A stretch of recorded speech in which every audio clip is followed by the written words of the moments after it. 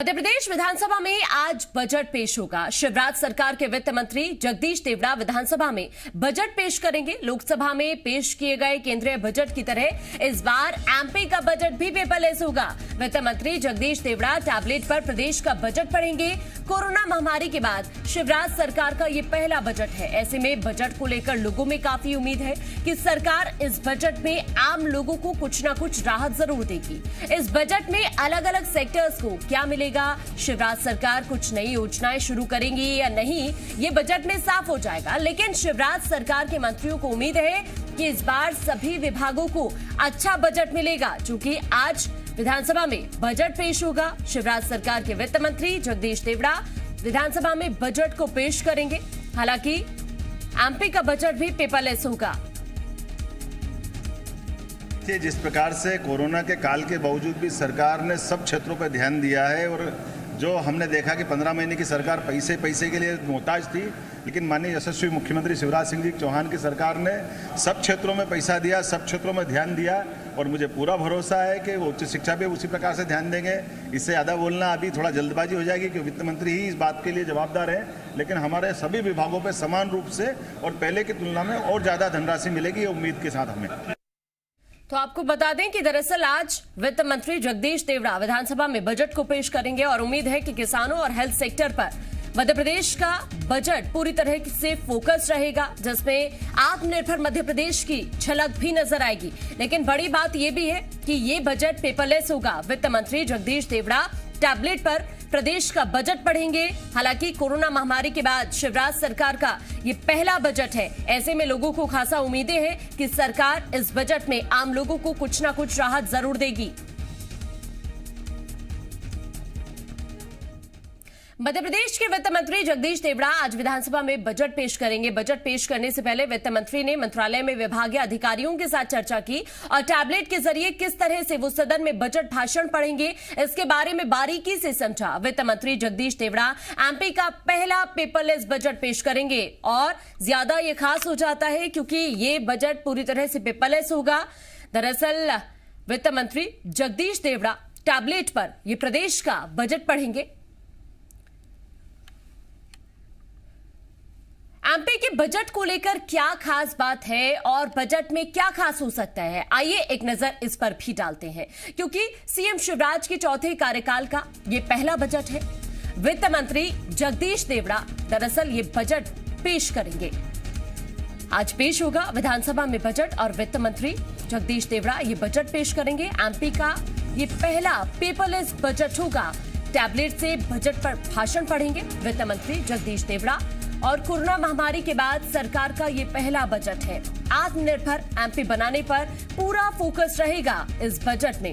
शहरी इंफ्रास्ट्रक्चर पर भी फोकस हो सकता है और साथ साथ किसानों और कृषि क्षेत्र पर भी जोर हो सकता है और रोजगार हो, स्वास्थ्य हो, शिक्षा हो, इन तमाम सेक्टर्स पर भी फोकस हो सकता है बजट का। कर्मचारियों को मिल सकती है वेतन वृद्धि की सौगात, साथ ही रेलवे ओवरब्रिज बनाने का प्रावधान इस बजट में हो सकता है। किसे क्या मिलेगा बजट में, ये हम आपको ग्राफिक्स के जरिए बता रहे हैं कि ऐसी संभावना हो सकती है। रेलवे ओवरब्रिज बनाने का प्रावधान हो सकता है। आत्मनिर्भर एमपी बनाने पर पूरा ध्यान रहेगा। और ज्यादा जानकारी के लिए हमारे साथ हमारे संवाददाता राहुल जुड़ चुके हैं लाइव। राहुल, आज का दिन बहुत महत्वपूर्ण मध्य प्रदेश वासियों के लिए, क्योंकि आज बजट पेश किया जाएगा तो हर वर्ग को उम्मीदें हैं कि इस बजट में उनके लिए जरूर कुछ ना कुछ खास होगा। आप कैसे देख रहे हैं आज पेश होने वाले बजट को और क्या कुछ खास हो सकता है जनता के लिए? देखिए, जनता के लिए, क्योंकि लॉकडाउन के बाद ये उम्मीदें जरूर की जा सकती हैं, क्योंकि लॉकडाउन में लोगों को काफ़ी दिक्कतों का सामना यहाँ पे करना पड़ा था और उसकी वजह से सीधे तौर पे लोगों को कुछ रियायतें मिल सकती हैं। साथ ही साथ यदि कहा जाए जो एमएसएमई सेक्टर है, एमएसएमई सेक्टर के लिए काफ़ी यहाँ पर प्रावधान किया जा सकता है सरकार की तरफ से उसको बढ़ावा देने के लिए।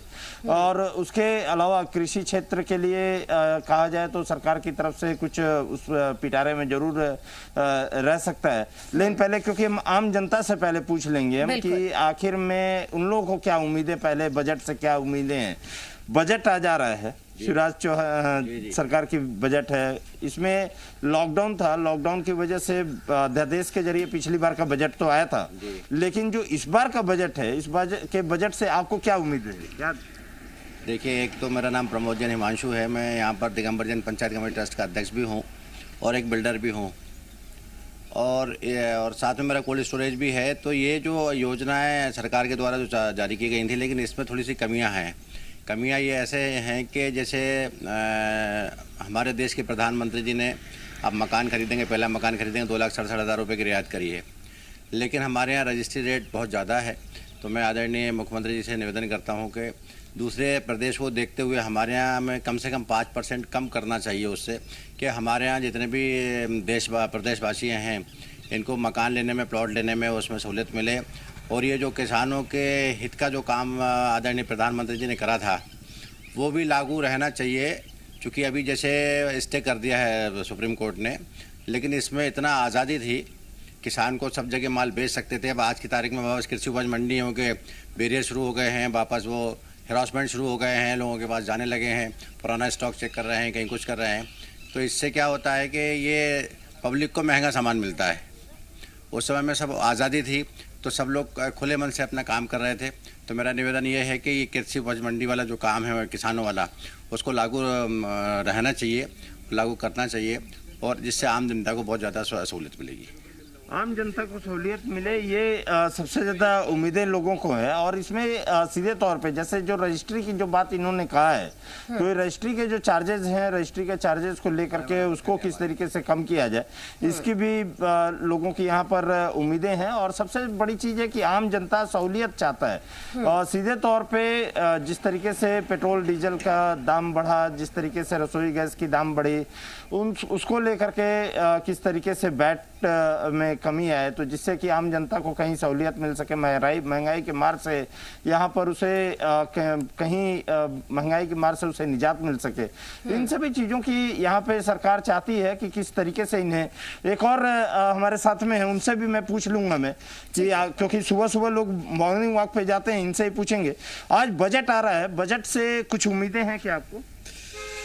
उम्मीदें तो कम ही है, क्योंकि टैक्सेस बहुत ज़्यादा हैं, बहुत ज़्यादा कम करना चाहिए इनको। हर चीज़ में टैक्स है, पेट्रोल पर है, और भी टैक्सेस बहुत ज़्यादा हैं। तो क्या चाहते क्या है आप, सरकार क्या करे? सरकार सबसे पहले तो पेट्रोल पे ही कम करे।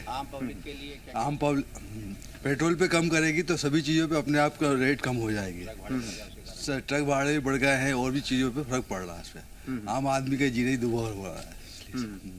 तो चाहते हैं कि सरकार जो है पेट्रोल और डीजल पे जो है वेट कम करेगी तो ऑटोमेटिकली हर चीज़ों पे महंगाई थोड़ा बहुत तो कम होगी। कुछ चाहेंगे, क्योंकि अब तो बजट तो आज पेश होने ही जा रहा है, बजट पेश होने जा रहा है, उसमें क्या प्रावधान हो जिनसे कि आपको और भी चीज़ें फैसिलिटीज मिले इसमें? एक तो ये कोरोना की वजह से भी जो इफेक्टेड है इंडस्ट्रीज वगैरह, उसको भी सब्सिडीज़ वगैरह मिलती रहे तो थोड़ा ठीक ठाक रहेगा। बिजली के बिलों में है तो उसमें सब्सिडीज़ मिले, रिलैक्सेशन मिले, तो उससे फ़र्क पड़ेगा साहब से।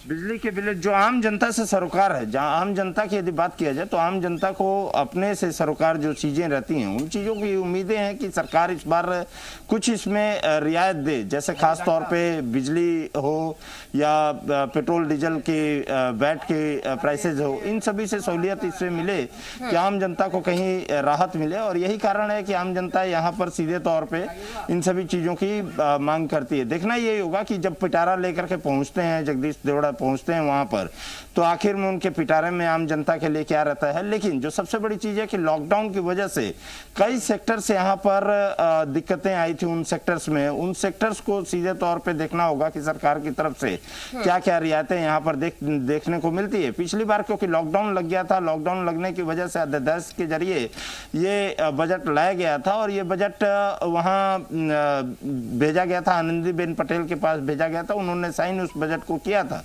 तो उस समय, क्योंकि उस समय भी शिवराज सरकार बन चुकी थी और उसमें कई प्रावधान यहाँ पर किए गए थे, लेकिन आफ्टर लॉकडाउन कई चीजें हैं, कई बदलाव यहाँ पर देखने को मिला है।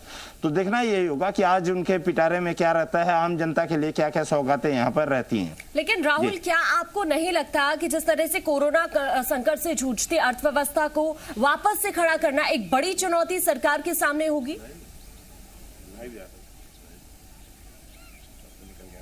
सही कह रही हैं आप। सीधे तौर पे यदि कहा जाए कि कोरोना के बाद यहाँ पर आम जनता के लिए, उसके अलावा खास तौर पर प्रदेश सरकार के लिए भी काफ़ी बड़ी एक चुनौती यहाँ पर रहेगी कि आखिर में प्रदेश सरकार किस तरीके से जो व्यापार है, जिस तरीके से हल्का यदि कहा जाए कि आम जनता को कई चीज़ों की, क्योंकि खुद जो आर्थिक सर्वेक्षण आया था उसमें प्रति व्यक्ति आय जो है वहाँ पर घटी है, वहाँ पर दिखाया भी गया है। इन सभी चीज़ों को किस तरीके से पटरी पर लाया जाए, ये सबसे बड़ा एक चैलेंज यहाँ पर प्रदेश सरकार के लिए यहाँ पर रहेगा।